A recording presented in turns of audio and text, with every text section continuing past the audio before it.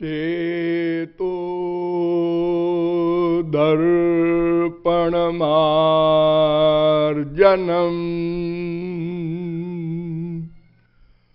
भवमहा दावाग्निर्वापणम्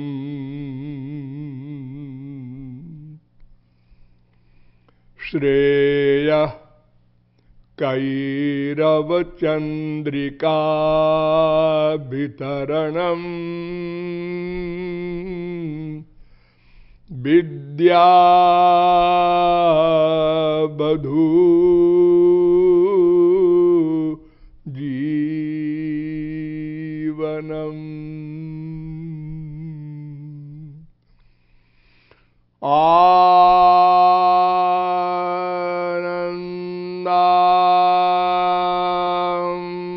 बुद्धिवर्धनम् प्रतिपदम्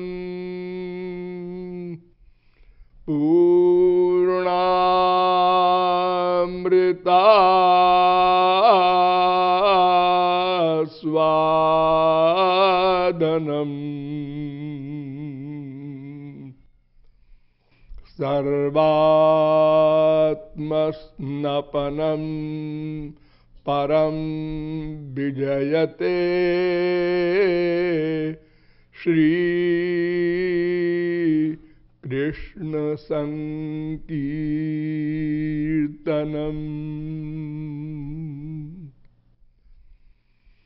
नाम संकीर्तनम् यस्य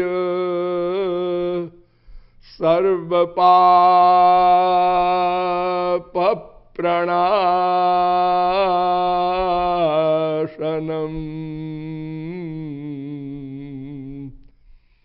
प्रणामो दुःखशमनस्तं नमामि हरिं परम्। यो ब्रह्माणं विदधाति पूर्वं यो वै वेदांश्च प्रहिणोति तस्मै तग्वं ह देवमात्मबुद्धिप्रकाशं मुमुक्षुर्वै शरणमहं प्रपद्ये। अनंत सौंदर्य माधुर्य सौशील्य सौकुमार्य सुधा सिंधु बलबंधु पादार बिंद अनुरागियों, नियमानुसार थोड़ी देर हरिनाम संकीर्तन कर लीजिए। पश्चात विषय आगे बढ़ेगा। भजो गिरिधर गोविंद गोपाला।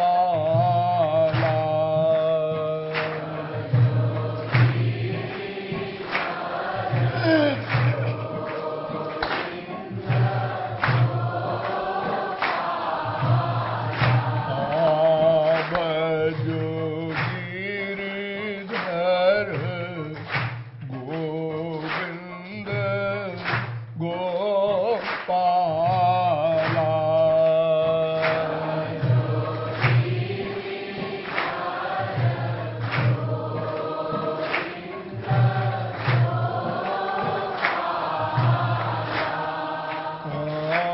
भजो गिरिधर गोविंद गोपाला।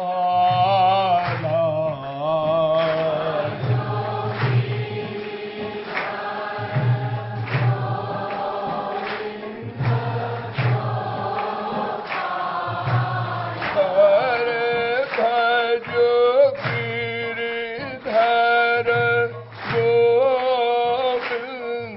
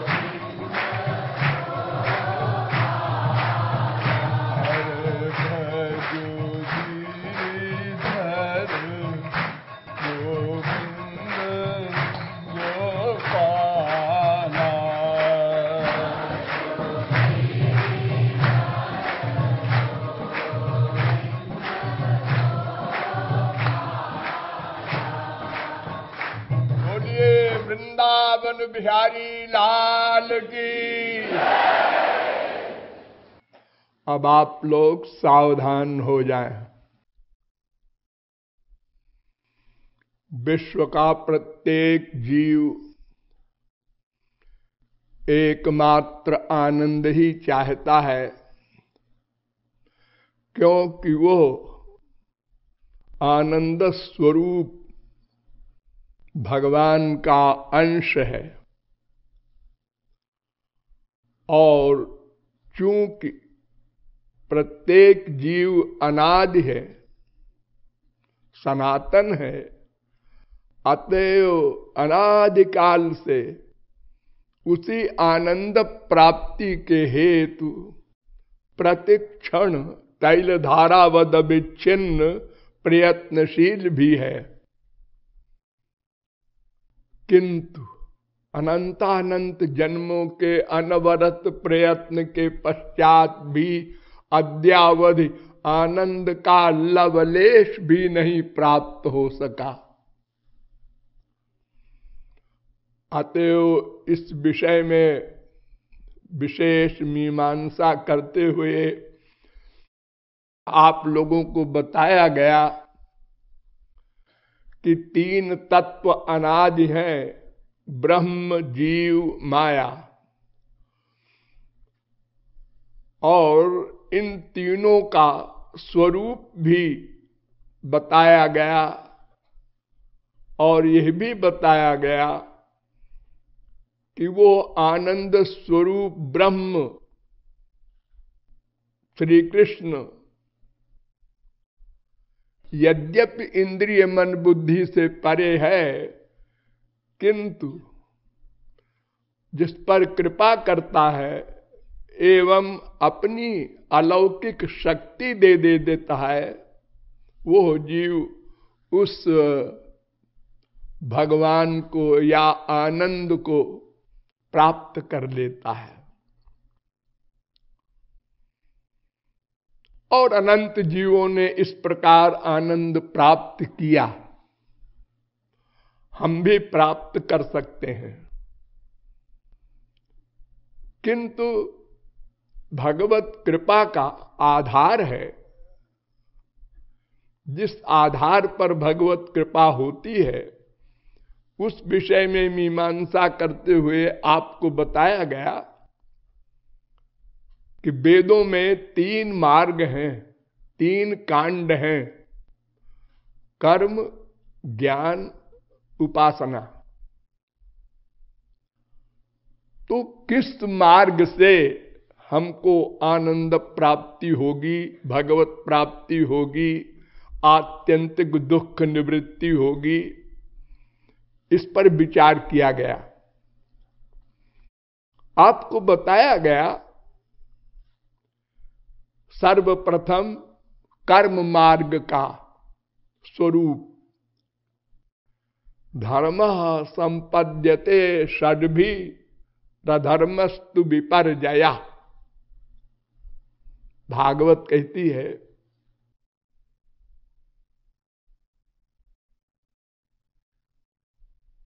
ग्यारहवें स्कंद के 21वें अध्याय का 15वां श्लोक कि धर्म, कर्म, यज्ञादिक इसके 6 नियम हैं। देश, काल, पात्र अर्थात कर्ता, द्रव्य, मंत्र, विधि, ये 6 नियम हैं कड़े कड़े। और एक भी नियम में कोई गड़बड़ी कर दिया आपने तो उसके लिए मैंने आपको बताया था कि यजमान का नाश कर देगा, कर्ता का ही पतन कर देगा। ब्रह्मा ने पुत्र प्राप्ति के लिए यज्ञ कराया और उनको पुत्र नहीं हुआ, विधि की त्रुटि से इला नाम की लड़की हुई। त्वष्टा की विधि की मंत्र में एक स्वर की गलती के कारण इंद्र शत्रु वृत्रासुर मारा गया। काशी नरेश ने यज्ञ किया श्री कृष्ण को मरवा डालने का, लेकिन विधि में त्रुटि हो गई तो काशी नरेश ही मारा गया। हिरण्यकशिपु ने अपने गुरु पुत्र के द्वारा प्रहलाद को मरवाने के लिए कर्म धर्म का पालन किया यज्ञादिक, लेकिन विधि की त्रुटि हो गई तो उनका गुरुपुत्र ही मारा गया। तो कहीं भी थोड़ी भी त्रुटि हो जाएगी कर्म में तो कर्ता का ही नाश हो जाएगा। और इस कलयुग में विधि असंभव है। एक भी विधि पूरी तरह नहीं पूरी हो सकती, और छहों पूरी हो ये तो सर्वथा असंभव है। और अगर पूरी हो भी जाए तो क्या मिलेगा, आप उस पर विचार कीजिए। प्लवाहेते अदृढ़ा यज्ञ रूपा अष्टादशोक्तम अवरम येषु कर्म। मुंडकोपनिषद पहले मुंडक के दूसरे खंड का 7वां मंत्र। ये मंत्र कहता है कि 18 प्रकार के यज्ञादिक होते हैं प्रमुख, लेकिन उन यज्ञादिकों का जो फल है वो क्षणिक है। स्वर्ग मिलता है, वह स्वर्ग भी माया के अंडर में है। वहां भी काम क्रोध लोभ मोह ये सब बीमारियां हैं। वहां भी ईर्ष्या आदि जो दोष हमारे मृत्युलोक में है वो सब वहां भी है। हमारे भारत में ध्रुव तपस्या कर रहे हैं या कोई तपस्या कर रहा है, अश्वमेध यज्ञ कर रहा है, कोई साधन कर रहा है, तो इंद्र को परेशानी होती है, ईर्ष्या होती है, ये मेरा इंद्रासन ले लेगा। उसके पास अप्सरा भेजता है तमाम।